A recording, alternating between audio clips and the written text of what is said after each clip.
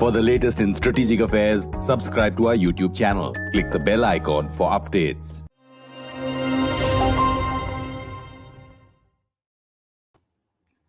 Hello and welcome.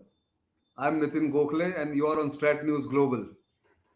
Our weekly program featuring various authors who write books on different subjects ranging from wars and conflicts to foreign policy and decision making at the highest level across the globe is something that many people look forward to. I certainly look forward to uh, chatting with authors who painstakingly research books and turn their manuscripts into readable books. And we are lucky to have this evening on Books Corner an author joining us from the United States. This is our weekly feature, Books Corner.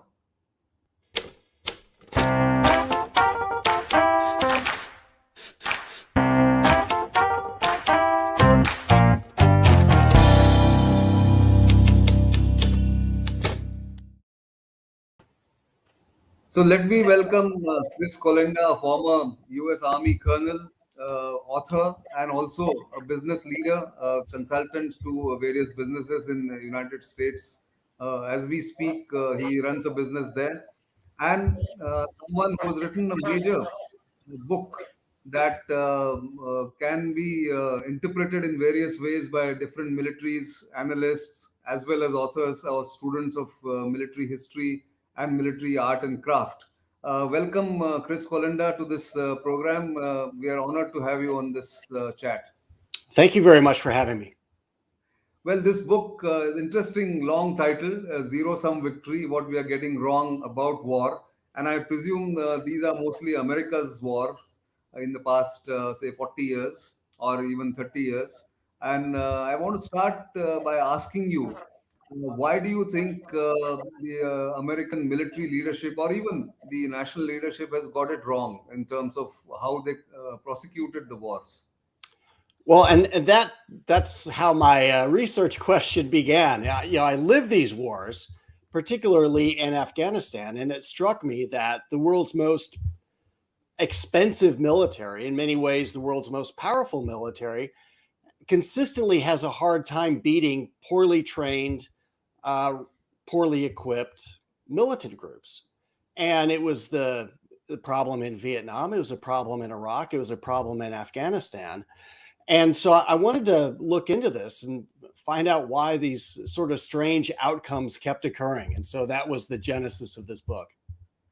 Well, it's a great premise to start with because while a lot of literature is available on what went wrong in Vietnam and how the US could have done Vietnam better, not much has been talked about in terms of how the Gulf War one and subsequently Iraq and Afghanistan have turned out in terms of result. Uh, Going through your book, I found one interesting theory that you have postulated that military leadership or even the national leadership must have an end point in mind before starting any war or any conflict. Is that really feasible? Was that really feasible in Iraq or in Afghanistan? You've served in Afghanistan majorly and also been an advisor to Secretary Defense. Do you think that was possible when the wars really began or they were launched? Well, I think there's a part of strategy that we've been missing, which is how do we finish the war? So we generally have a pretty good idea of where we are, why we're going into the conflict. We generally have a good idea of the outcomes that we want. We wanted Afghanistan to no longer be a terror safe haven. We wanted Iraq to no longer have nuclear or what we thought were nuclear weapons or weapons of mass destruction, et cetera. And the challenge is how do you get there? On what point do you finish the war? And there are three main ways that you can successfully conclude a war. One is decisive military victory, where the other side sues for peace. You get everything that you want. The adversary gets nothing. And that tends to be the mental model for, at least in the United States, and the mental model in which we went into these wars. And it turns out that that mental model is just simply not realistic. True. So, with the benefit of the hindsight, which is always 2020, one can say that United States should have got out of Afghanistan the moment they conducted two elections, perhaps, if not the first one, and got out maybe a decade ago, if not in 2021. Since you served in Afghanistan, uh, when you look back at the timelines in Afghanistan, what point, if you were the decision maker, you would have got the American military out of Afghanistan, really? Well, and this leads to the other two ways that you can successfully conclude a war, one of which is through negotiations. And the other is in these kind of insurgencies is transition to the host nation government taking over the war.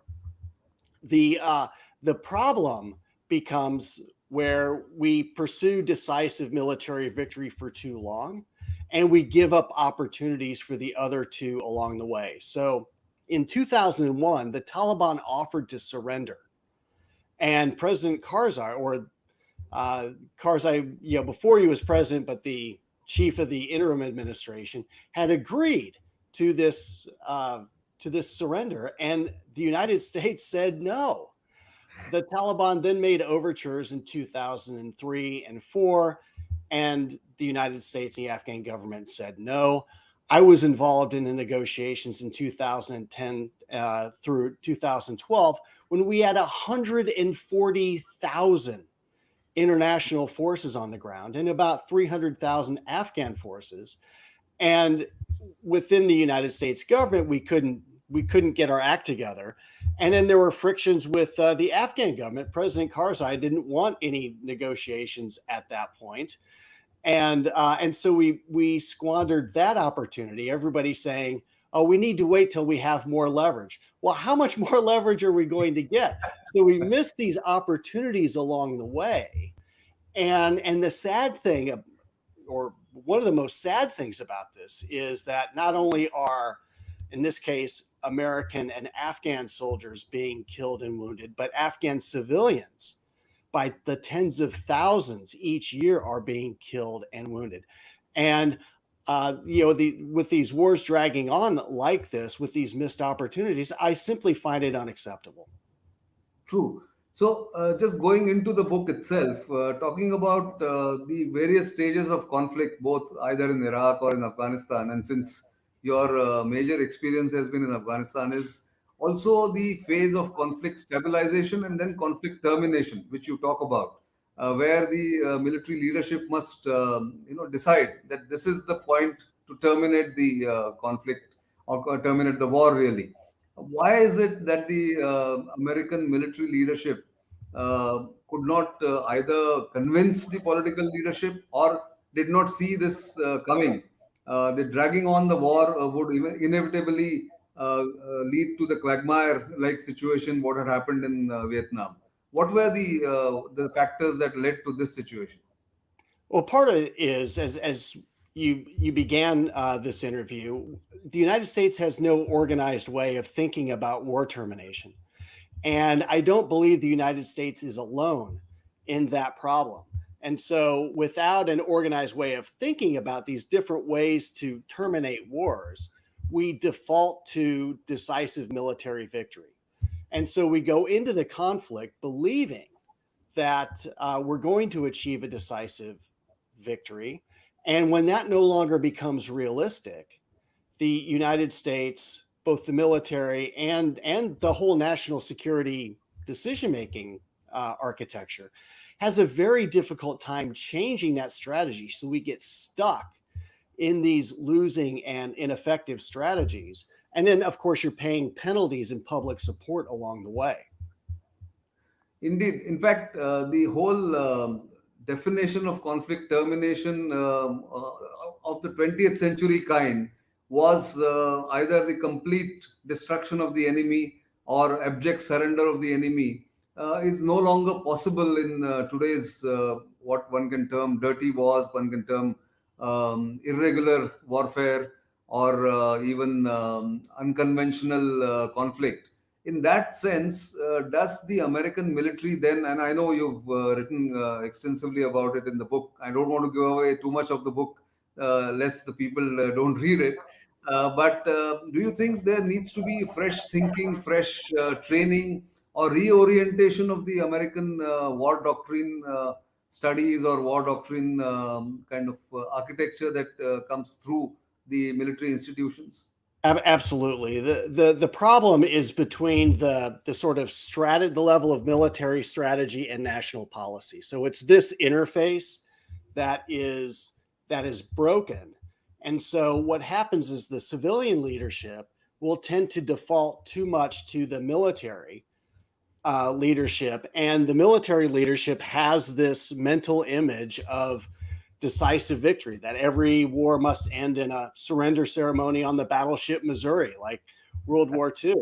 But even in World War II, there were negotiations with Japan and with Germany so that there wasn't an insurgency afterwards. And so in some ways, there's this mythology surrounding the Second World War and war termination that has corrupted our national security thinking. And that's what I hope in this book to correct. Yes, I could see that. In fact, we have some questions, or our viewers pose some comments in our chat box. So I'll take a couple of them at least. So one of them is asking you a straight question. Tell us more about the book. So maybe you want to spend maybe a minute or two to explain what this book is all about. Although I've said it in my introduction, but I think it's better coming from you, Chris. Yeah. So in a nutshell, the United States has no organized way of thinking about war termination. And so we go into these strategies with very military centric approach of believing that we're going to get a decisive military victory. At some point early on in these conflicts, decisive military victory is no longer possible. But we have a difficult time changing strategy, changing from a losing or ineffective strategy due to cognitive bias, various decision-making errors. You've got these political and bureaucratic frictions. We tend to go into these conflicts in organizational silos. And then we have relationship problems with the host nation, which we tend to create these incentives where they become increasingly corrupt. And as the war drags on, we're paying penalties in public support. And then finally, at some point, the president says, hey, I'm done here. We're withdrawing, and let's find another way out. Let's try to negotiate. Let's try to get the host nation to be able to take over the conflict. But at that point, we've lost so much leverage that the insurgency doesn't want to negotiate an end to the conflict because they just want to get us out. And the host nation is so corrupt that they try to trap us into staying and continuing to fight the insurgency on using our forces. And so we tend to get stuck, and that's part of why Vietnam dragged on, Iraq dragged on, and Afghanistan dragged on. And then you saw the Afghan government disintegrate overnight. Absolutely. In fact, if you look at, and I think you mentioned this in your book about the Vietnam situation, where Lyndon Johnson wanted to get out as early as, I think, 1966, just immediately after he took over. But I think the generals that time said that no, they can get a decisive victory. So this disconnect can happen. In fact, there's one more question here from somebody who doesn't put his name but just puts 124 just madness. He says, does US view war through short-term gains and inability of civilian and military leadership to come with long-term plans?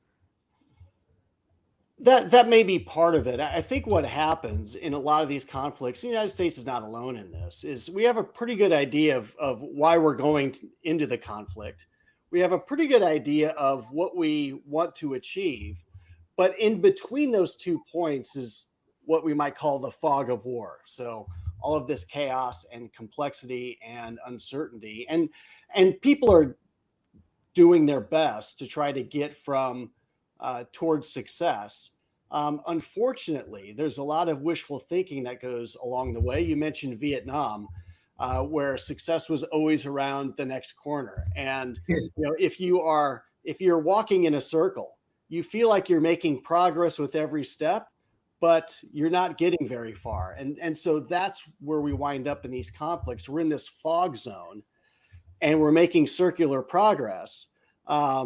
So in some ways, we're walking around in circles, but strategically, we're drifting downhill. And as you know, the further you drift, the harder it is to recover. And when you've been drifting for 20 years, as in the case of Afghanistan, it becomes almost impossible to recover from that. True. It's very difficult to extricate yourself from there. This question, the first part you have already answered, but the second part, what is being done to rectify the Achilles heels that US seems to have in terminating the conflict or exit strategy that it doesn't get right? What is it being done to correct that shortcoming? Yeah, that's exactly why I'm writing this book, because I'm really concerned that just Yes. like after Vietnam, we're going to want to forget about all of this, go back into our comfort zone of, big battalion conventional war, and just simply try to forget all about this. And the problem is that these sort of conflicts, we might want to forget about them, but they won't necessarily forget about us. And so we need to look at what these systemic errors are. And I lay them out in the book, what these systemic errors that the United States keeps making, and develop some common sense ways to fix those errors so that we reduce the probability of getting trapped in these quagmires again. Indeed. So, one final question, Chris, before I let you go.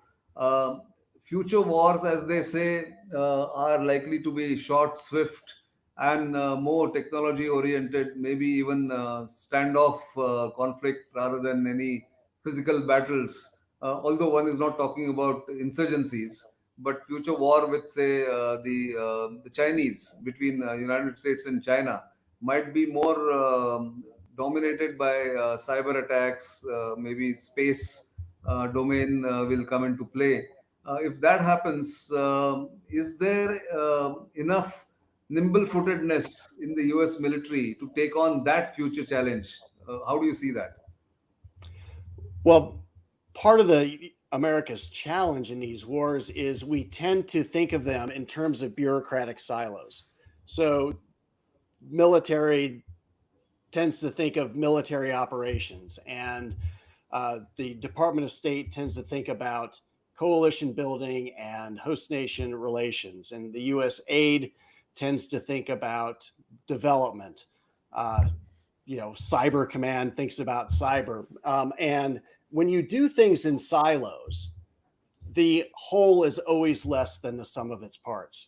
And so the strategic risks fall in between these silos. And I think what we're seeing on the part of some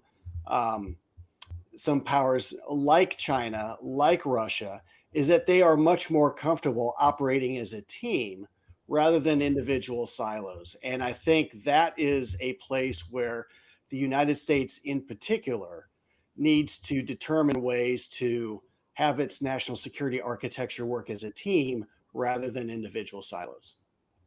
Oh, indeed. I think from reading your book and then also looking at some of the events in the past couple of decades, it is very clear that a whole of government approach is required in the United States to get the war termination right, if not the timing. And therefore, I think there are lessons to be learned. And thank you very much for that book, where there are valuable insights and lessons for military strategists, as I said, for analysts, students of military history, or even military craft, and of course, lay readers, those who are interested in conflicts and wars. Thank you very much for your time, Dr. Chris Kolenda. I know it's very early, bright. I don't know whether it's bright and early, but it's very early in the United States right now. But thanks for joining our program, and thanks for giving us this chance to read this book and, of course, take it to our viewers. Thank you very much for having me. It's been a pleasure. Thank you. So, viewers, every Monday, as you are aware, if we get a good book, we do discuss that book with the author himself or herself. so that you get an idea about what went into writing this book, what kind of thinking there was, what kind of research and premise it was based on. So do keep watching Strat News Global, and of course, every Monday, the Books Corner feature that we bring to you for your own viewing pleasure, as well as stimulating your own thoughts. Keep watching Strat News Global. Keep subscribing to us. You know where to reach us with comments and feedback. And of course, social media handles are there for all of you to see. And if you think we are doing the right job and bringing you interesting content, then do support us financially. The links are all there in the description, in the YouTube channel that you subscribe to. Until the next time, it's goodbye.